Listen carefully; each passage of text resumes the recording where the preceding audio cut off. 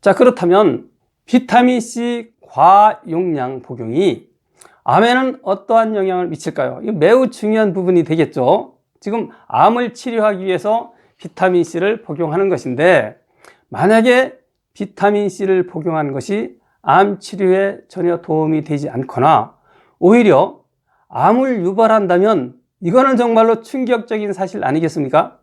예, 말씀을 드리겠습니다. 비타민C를 과용량 복용하면 암이 발병합니다. 근거가 있느냐고요?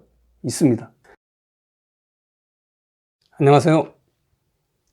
최근에 비타민C 메가도즈, 즉 고용량 비타민C 섭취 방법이 많은 관심을 끌고 있는 것 같습니다. 이 채널에도 비타민C 메가도즈에 대한 질문을 하신 분이 계셨는데요. 자, 비타민C 메가도즈 항암치료 방법이 구충제 못지않은 열풍을 또 몰고 오는 것 같습니다. 제가 질문하신 분에게는 개인적으로 간략하게 답변을 드렸습니다만 인터넷을 뒤져보니까 논쟁이 매우 뜨겁습니다. 그래서 모든 독자들과 함께 공유하는 것이 좋을 것 같아서 이렇게 동영상을 제작하여 게시하게 되었습니다. 현재 비타민C의 논쟁은 세 가지로 나눌 수가 있습니다. 첫 번째는 비타민C가 과연 항암 효과가 있는가 하는 부분이고요. 두 번째는 고용량 비타민C 요법이 인체에 어떠한 영향이 있는가 하는 부분이고요. 세 번째는 천연 비타민과 제재 비타민의 차이가 있느냐 하는 부분이 되겠습니다. 하나하나에 대해서 자세히 살펴보도록 하겠습니다. 첫 번째, 비타민C의 항암 효과 여부에 대해서 알아보도록 하겠습니다. 제가 자료를 찾아보니까 노벨상을 2번이나 받았다는 라이너스 폴링 박사가 1970년도에 비타민C가 항암 효과가 있다는 논문을 밝혔습니다. 그러나 곧바로 미국 최고의 심혈관 뇌 전문 병원인 메이오 클리닉에서 비타민C는 효과가 없다라는 또 연구를 발표했다고 합니다. 이후 논쟁이 시작되었는데요. 이후에 비타민C에 관한 1000여 건의 논문이 발표되었다고 하죠. 같은 과학적 사실을 가지고 양쪽으로 나뉘어서 지금 힘겨루기를 하고 있는 중입니다. 저는 과거 의학계가 비타민C가 항암 효과가 있다, 없다를 가지고 최소 19번 이상 번복했다는 기사를 본 일이 있습니다. 타의과대학 신현종 박사가 한 언론사에 게시한 칼럼을 보면 양측 모두가 오류가 발견되어서 승부가 갈리지 않았다고 합니다. 그래서 현재 미국 국가 주도로 비타민C의 양리작용의 원리, 즉 기전을 밝히는 연구를 하고 있다고 합니다. 미국 의학계에서는 향후 3년에서 5년 후면 기전을 밝힐 수 있을 것으로 기대한다, 이렇게 기고한 것을 보았는데요. 사실 이 부분을 정리하지 못하면 논란은 계속할 수밖에 없습니다. 환자들은 계속해서 혼란을 겪을 수밖에 없게 되겠는데요. 이 혼란을 정리할 수 있는 방법은 오로지 비타민C의 항암 기전을 밝히는 것 뿐입니다. 자, 여러분, 비타민C가 항암 효과가 있을까요? 자, 오늘 제가 그 기전을 여러분들에게 밝혀드리도록 하겠습니다. 이 동영상을 보시는 분들만이라도 비타민C 메가도즈 방법에 대한 항암 효과 여부에 대해서 정리를 하셨으면 좋겠습니다. 자, 비타민C는 매우 강력한 항산화 성분 중 하나라는 사실은 비타민C 예찬론자들이나 반대론자 모두 동의하고 있기 때문에 저 또한 비타민C는 항산화 성분으로 전제하고 설명드리도록 하겠습니다. 항산화 성분은 활성산소를 억제합니다. 활성산소는 불안정한 상태에 놓인 산소를 말합니다. 그래서 활성산소는 안정을 취하기 위해서 다른 물질과 급속하게 결합합니다. 이때 상대의 물질은 산화되는 것입니다. 자, 여러분들이 쇠파이프가 녹슨 것을 보셨죠? 먹다 남은 사과가 시커멓게 변한 것을 보셨죠? 자, 그것이 바로 산화된 것이다. 이렇게 이해하시면 되겠습니다. 이 활성산소는 우리 몸의 세포도 산화합니다. 만약에 활성산소에 의해서 혈관이 산화하면 어떤 일이 벌어질까요? 혈관이 좁아지겠죠. 녹슨 쇠파이프를 보시면 아마 이해가 되실 것입니다. 자, 혈관이 좁아지면 혈류에 장애가 발생합니다. 혈류에 장애가 발생하면 세포에 충분한 혈액을 보낼 수가 없겠죠. 그래서 심장에서는 힘을 크게 가하는 것입니다. 그래서 나타난 결과가 고혈압이죠. 그런데 혈압을 높이는 데는 한계가 있죠. 기껏해야 한 300 정도를 높일 수 있을 것입니다. 그렇지만 그 이상 높일 수가 없게 되면 우리 세포에는 만성적으로 산소가 부족하게 됩니다. 그러면 세포에는 암이 발병하는 것입니다. 그러니까 활성산소의 발생을 억제해서 세포에 충분한 산소가 공급되도록 도와주기 때문에 암이 발생하는 것을 예방할 수 있는 것입니다. 활성산소로 인해서 혈관만 문제가 되는 것은 아닙니다. 만약에 우리 몸속의 지방세포, 혈중 지방들이 산화되면 산화 LDL이 발생합니다. 그러면 이 지방세포들이 끈적끈적 들러붙습니다. 점도가 매우 높다는 얘기죠. 그러면 역시 혈류에 장애가 발생합니다. 혈류에 장애가 발생하니까 역시 세포에 충분한 산소가 공급되지 않아서 암이 발병하는 것입니다. 자, 이것이 비타민C의 암 예방 기전입니다. 어렵지 않죠? 자, 그뿐 아닙니다. 항산화 성분은 이미 산화되어 있는 세포들을 환원시켜줍니다. 여기서 환원시켜준다는 것은 세포 조직을 본래의 상태로 되돌려 놓는다. 이렇게 보시면 됩니다. 그러니까 활성산소에 의해서 좁아졌던 혈관이 정상화되니까 암세포에도 충분한 산소가 공급이 되겠죠?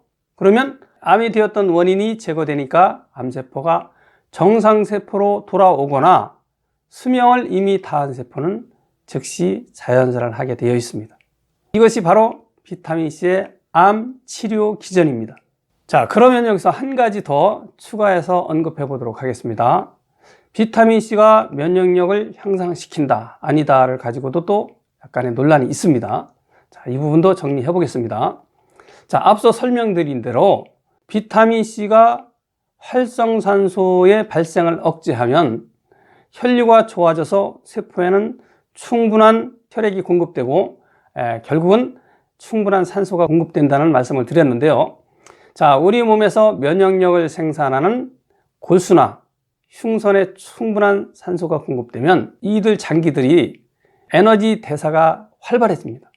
그러면 충분한 면역력을 생산할 수 있게 되는 것이죠. 그래서 이러한 활성산소를 억제해주는 비타민C 항산화 식품을 섭취하게 되면 면역력이 증가하는 것입니다. 면역력이 높아지니까 우리 몸에서 매일같이 발생하는 수만 개의 암세포들을 억제시킬 수가 있습니다. 그래서 세포 단위의 암세포가 문제가 되는 암덩어리로 발전하지 않는 것입니다. 그래서 항산화 성분은 역시 면역력을 높여서 암을 억제할 수 있는 기전으로 작용할 수 있다, 그런 얘기입니다. 여기서 비타민C가 암을 예방 치료한다는 말씀을 드리는 것은 다른 조건은 동일한 상태에서 비타민C를 충분히 섭취했을 때 이런 효과를 얻을 수 있다, 그런 얘기가 되겠습니다. 자, 두 번째 논쟁입니다. 그렇다면 비타민 메가도스, 고용량 비타민을 섭취하면 인체에 어떠한 영향이 있느냐 하는 것입니다. 비타민C 하루 권장 섭취량은 100mg이라고 하죠. 국가마다 좀 다른데 우리나라는 미국 같은 나라보다 조금 높습니다. 100mg으로 정한 것은 이 양이면 충분하다, 그런 의미에서 정한 것입니다. 비타민C 메가도스 요법은 권장량보다 최소 60배에서 120배나 많은 6000mg에서 12000mg에 해당하는 비타민을 복용하는 것을 말합니다. 매일 이런 양을 복용한다는 얘기죠. 자, 모든 식품은 인체에 필요한 양이 있습니다. 비타민C 하루 권장량은 100mg으로 정해졌습니다. 최대 2000mg 이상은 섭취하지 말 것을 권고하고 있습니다. 자, 우리나라 식품학회가 엉터리가 아니라면 이 양은 비타민C의 인체 효용성, 흡수율 등을 고려한 조치라고 저는 보고 있습니다. 현재 질병관리본부가 조사한 결과에 따르면 우리나라 성인들의 비타민C 복용량은 권고량을 넘는다고 합니다. 다시 말해서 비타민이 부족한 사람은 별로 없다, 이렇게 보시면 되겠습니다. 사실 비타민C가 조금 부족하다고 해서 문제가 되지는 않습니다. 우리 몸에서 영양성분은 그 어떤 영양성분이든 조금 넘치기도 하고 부족하기도 하기를 반복합니다. 일정하게 맞춘다는 것은 전혀 불가능한 일이죠. 조금 넘거나 부족해도 전혀 문제가 되지 않습니다. 그렇게 우리는 살아왔습니다. 자, 최근에 우리 몸에서는 많은 스트레스를 받는다든가 미세먼지에 노출되어 있다든가 환경 호르몬에 노출되어 있다든가 각종 농약, 중금속 성분 등에 노출되는 등 비타민C의 필요량이 다소 증가한 것은 사실로 볼 수가 있습니다. 그렇지만 과거에 비하면 우리가 비교할 수 없을 만큼 많은 비타민을 섭취하고 있죠. 과거에는 어떻게 겨울에 과일을 먹을 수 있겠습니까? 지금은 겨울에도 감귤이 나오고 딸기가 나오고 온갖 과일들을 잘 저장했다가 우리가 먹을 수가 있습니다. 그래서 과거에 비해서는 훨씬 더 많은 비타민을 사시사철 먹을 수가 있는 환경이 되었습니다. 솔직히 생각해 보십시오. 제 나이 때 60대 중반쯤 되는 사람들이 과거에 감귤을 꿈이나 꿨겠습니까? 저 1년에 감귤 한 번도 못 먹고 살았습니다. 그런데도 그냥 살아왔어요. 근데 지금은 감귤이 아니라 모든 과일들이 넘쳐나서 주체를 못합니다. 너무 많이 먹는 게 아닌가 라고 걱정할 정도가 되고 있습니다. 그래서 우리 몸의 비타민C는 결코 부족하지 않다는 것이 현실을 통해서도 충분히 이해할 수 있으리라 믿습니다. 자, 다만 비타민C는 흡연이나 음주, 중금속, 환경 호르몬, 운동량 혹은 식사량 등에 의해서 영향을 받습니다. 자, 암 환자들은 이러한 활성산소가 발생하는 환경에 노출된 사람들로 보시면 되겠습니다. 따라서 암 환자들은 권장량보다는 조금 더 많이 섭취해 주는 것이 바람직하다, 이렇게 보면 되겠습니다. 자, 그 이유를 조금 설명드리면 암 환자들은 혈관이 많이 산화되었다고 보시면 됩니다. 물론 산화 LDL도 높겠죠. 그래서 예방도 해야 되지만 이미 산화된 혈관들을 환원시킬 필요가 있습니다. 제가 뭐 실험 결과가 있는 것도 아니고 또 개인차가 다 있기 때문에 개인이 이거 실험한다는 것은 전혀 불가능한 일입니다. 제가 보기에는 대략 암 환자라면 권장량의 2배에서 3배 정도는 더 섭취하면 좋지 않겠나, 이렇게 저는 생각하고 있습니다. 자신의 몸에 비타민이 부족한지를 알아보기 위해서는 체성분 분석을 하면 확인이 가능합니다. 또 많이 먹고 있는 것은 아닌지를 알아보시려면 비타민이 소변으로 빠져나온 양으로 판단할 수가 있겠습니다. 너무 많이 먹은 비타민은 소변으로 빠져나오기 때문이죠. 자, 어떤 분은 먹고 나서 설사를 하기 직전에 양을 먹어라 라고 이렇게 주장하는 분도 계신데요. 설사로 빠져나오기 직전에 양을 정해서 장기 복용하는 것은 좀 과용한다, 이렇게 보시면 되겠습니다. 왜냐하면 우리 몸에서는 지나치게 많을 경우만 배출하기 때문이죠. 자, 그렇다면 비타민C 메가도스 요법이 권하고 있는 6000mg에서 12000mg 혹은 많게는 20000mg까지도 권장하는 약사님들이 계시더군요. 자, 그러면 우리 몸에는 어떤 일이 벌어질까요? 첫째, 자신이 복용한 비타민을 거의 흡수하지 못합니다. 식품영양학회에서 정한 100mg이 바른 결정이라면 단 5%도 흡수하지 못합니다. 비타민C 예찬론자들은 우리 몸에서 남아도는 비타민은 모두 소변을 통해서 배출되니까 많이 먹는다고 해서 문제될 것이 없다, 이렇게 주장을 하고 있습니다. 저도 기본적으로는 동의합니다. 그러나 모두가 배출되는 것은 아니라고 생각합니다. 근거가 뭐냐고요? 그것은 바로 우리 몸에서 비타민이 남아돌면 모두 배출된다고 주장하는 의학자들이 그것을 반증해 주고 있습니다. 자, 그분들의 말에 의하면 비타민은 수산으로 대사가 되어 몸에서 결석이 되거나 요산으로 남아 통풍을 유발한다고 말하고 있습니다. 자, 이것이 몸에 남아서 일으키는 부작용이 아니고 무엇이겠습니까? 모두 배출된다면 이러한 일이 벌어지지 말아야죠. 그리고 과용한 비타민C는 철분을 과도하게 흡수하게 하여서 척혈구가 깨지는 용혈 현상이 나타난다고 합니다. 자, 이게 몸에 축적되어 나타나는 부작용이 아니고 무엇이겠습니까? 모두 배출된다고 주장하는 분들이 이 사실을 간과해서는 안 될 것입니다. 자, 그렇다면 비타민C 과용량 복용이 암에는 어떠한 영향을 미칠까요? 이거 매우 중요한 부분이 되겠죠. 지금 암을 치료하기 위해서 비타민C를 복용하는 것인데, 만약에 비타민C를 복용하는 것이 암 치료에 전혀 도움이 되지 않거나 오히려 암을 유발한다면 이거는 정말로 충격적인 사실 아니겠습니까? 예, 말씀을 드리겠습니다. 비타민C를 과용량 복용하면 암이 발병합니다. 근거가 있느냐고요? 있습니다. 굳이 제가 여기서 비타민C를 과용량 복용했을 때 암이 유발한다는 수많은 논문들을 인용하지는 않겠습니다. 왜냐하면 그 반대의 주장을 하는 논문도 대단히 많기 때문입니다. 지금 양쪽으로 폐가 갈렸다고 그랬죠? 그래서 그러한 논문들은 제가 인용하지 않고 논리로 풀어보도록 하겠습니다. 자, 저는 직전에 비타민 제제를 과용하면 혈액 속의 적혈구가 붕괴하여 헤모글로빈이 혈구 밖으로 유출된다는 의학계의 주장을 인용했습니다. 이것은 비타민 비판론자뿐만 아니고 비타민 예찬론자도 아는 사실입니다.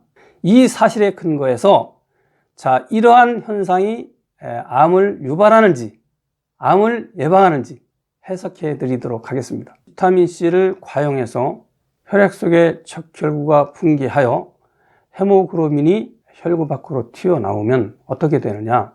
헤모글로빈이 산소를 운반하지 못합니다.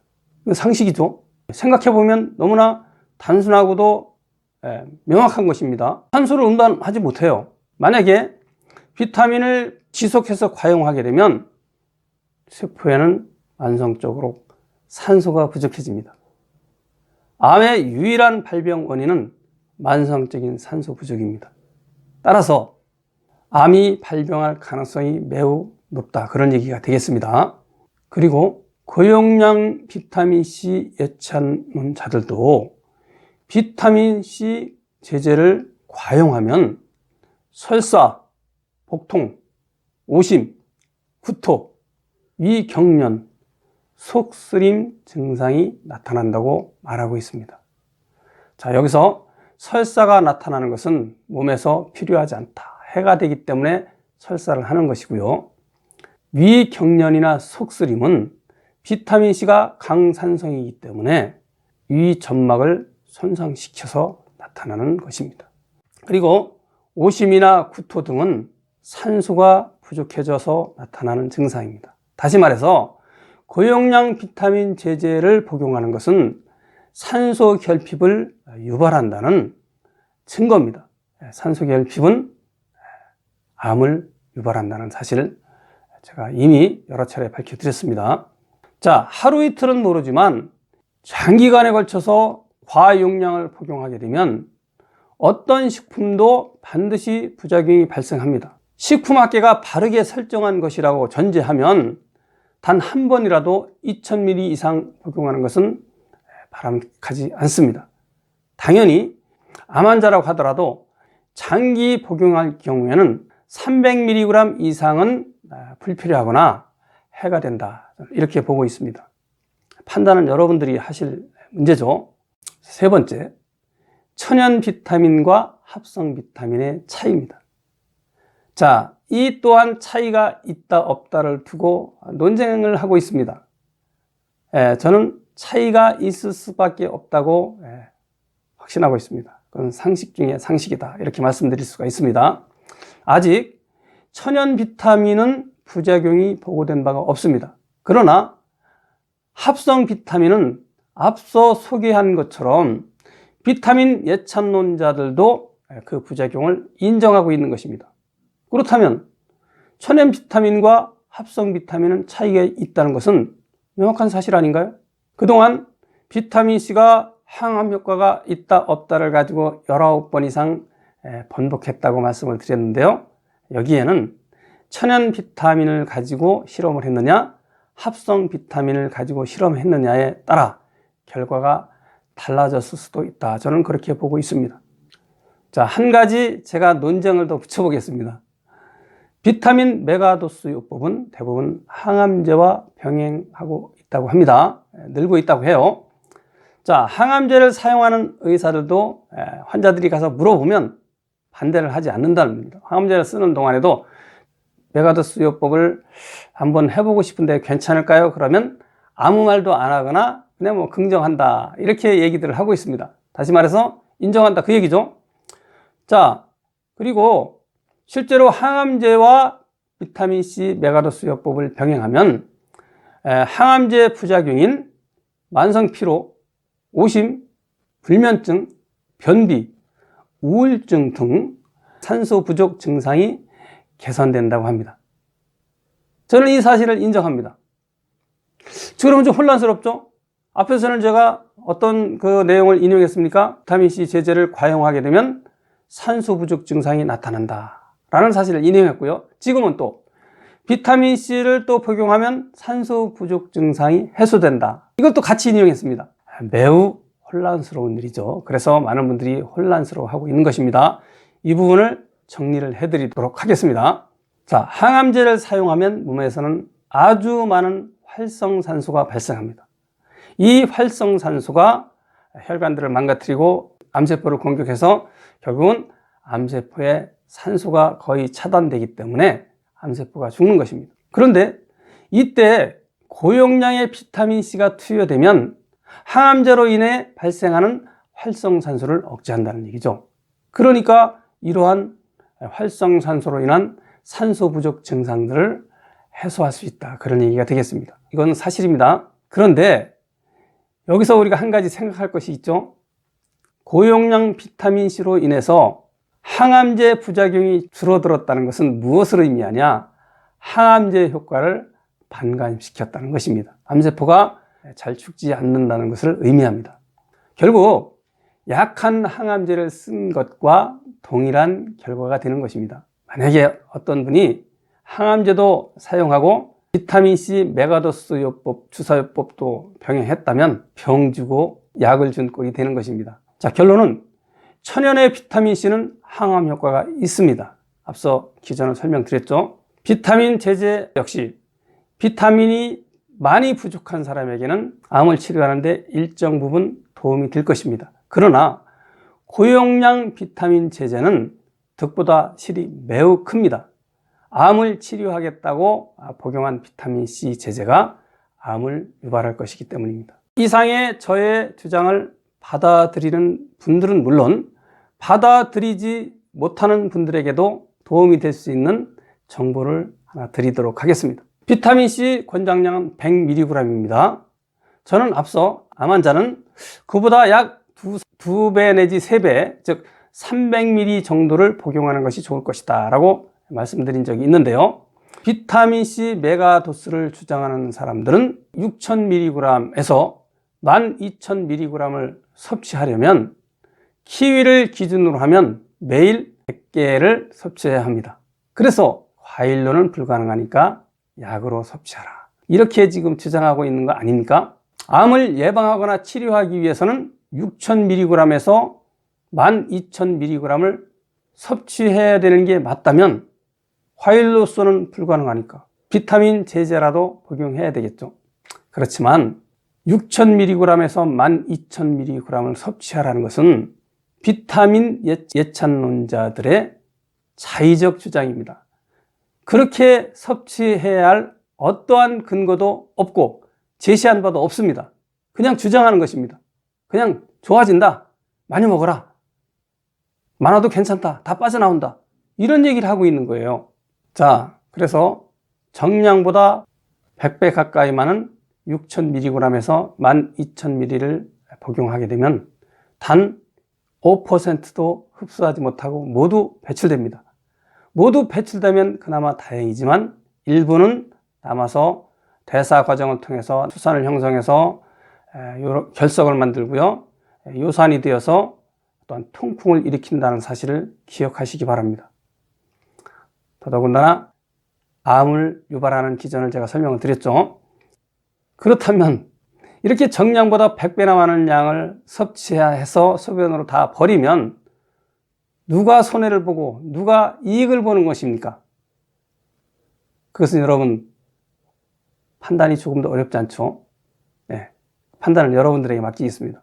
자, 그렇다면 우리가 비타민C 100mg 혹은 300mg을 섭취하는데 비타민 제제 아니면 섭취하기가 그렇게 어려울까요? 네, 키위 하나에는 약 120mg의 비타민C가 들어있습니다. 키위 하루 3개면 360mg입니다. 충분합니다.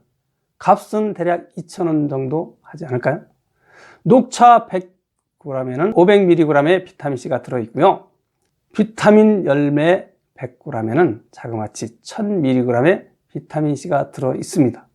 네, 반면 고용량 비타민을 섭취하게 되면 암, 결석, 통풍 등이 발생할 가능성이 높습니다. 어느 쪽을 선택하시겠습니까? 하루에 키위 3개를 섭취하시겠습니까? 아니면 비타민 제제를 섭취하시겠습니까? 이 역시 선택은 여러분들의 몫입니다. 한 가지만 더 추가해서 말씀드리면 모든 과일에는 껍질에 영양소가 아주 많이 들어있습니다. 특히 비타민C가 많이 들어있다는 얘기죠. 유자 껍질에는 비타민C의 활성을 도와주는 비타민 P, 즉 헤스페러긴산이 다량 들어있기 때문에 비타민C의 효과를 장기간 유지시켜주는 효과가 있다는 사실이 밝혀졌습니다. 참고하시기 바랍니다. 자, 여러분들이 이 비타민C 메가도스요법에 대한 혼란을 정리하시는데 조금이나마 도움이 됐으면 좋겠습니다. 제가 이 방송에서 소리가 작다고 이렇게 말씀해 주신 분이 여러분이 계셨는데요. 정말 고맙습니다. 오늘은 아마 소리가 좀 크지 않을까, 정상화되지 않았을까 생각합니다. 여러분 건강하십시오. 감사합니다.